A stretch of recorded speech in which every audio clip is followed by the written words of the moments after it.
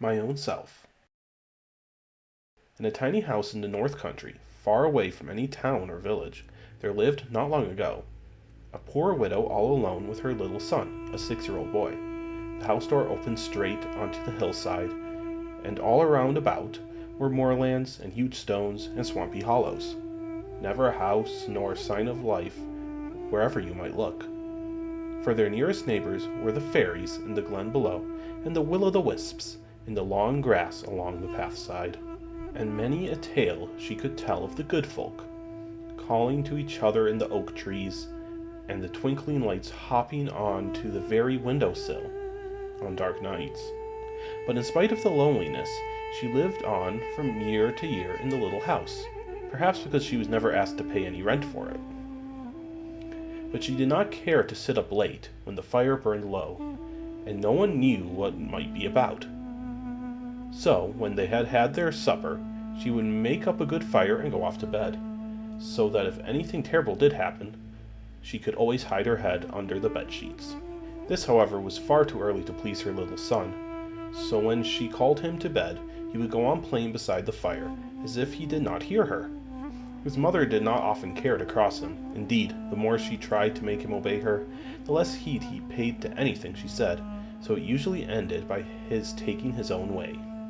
But one night, just at the beginning of winter, the widow could not make up her mind to go off to bed and leave him playing by the fireside, for the wind was tugging at the door and rattling the window panes, and well she knew that on such a night fairies and the such were bound to be out and about, and bent on mischief.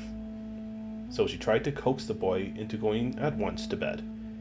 "The safest bed to bide in, such a night as this," she said.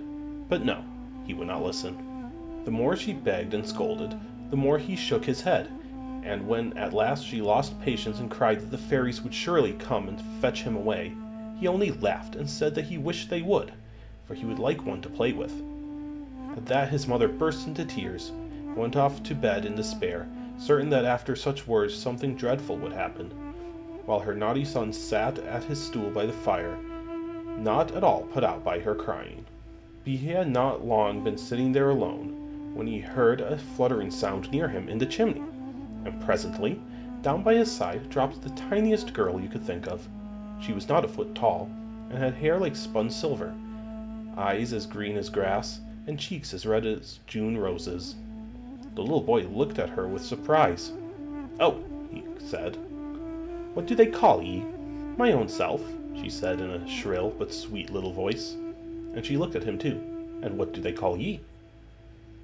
"Just my own self too," he answered cautiously, and with that they began to play together. She made animals out of the ashes that looked and moved like life, and trees with green leaves waving over tiny houses, with men and women an inch high in them, who, when she breathed on them, fell to walking and talking quite properly. But the fire was getting low and the light dim, and presently the little boy stirred the coals with a stick to make them blaze, when out jumped a red-hot cinder, and where should it fall but on the fairy child's tiny foot. Thereupon she set up such a squeal that the boy dropped the stick and clapped his hands to his ears, but it grew to so shrill a screech that it was like all the wind in the world whistling through one tiny keyhole.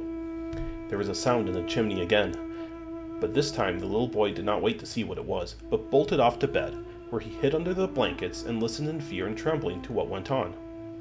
A voice came from the chimney, speaking sharply. "Who's there, and what's wrong?" it said. "It's my own self," sobbed the fairy child, "and my foot's burnt sore. Oh!" "Who did it?" said the voice angrily. This time it sounded nearer, and the boy, peeping from under the sheets, could see a white face looking out from the chimney opening.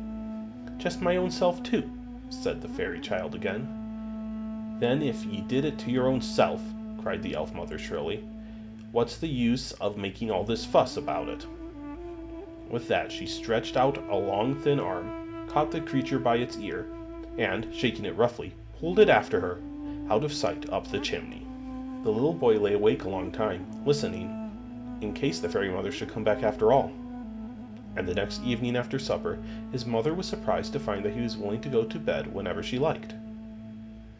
"He's taking a turn for the better at last," she said to herself, but he was thinking just then that, When next a fairy came to play with him, he may not get off so easily as he had done this time.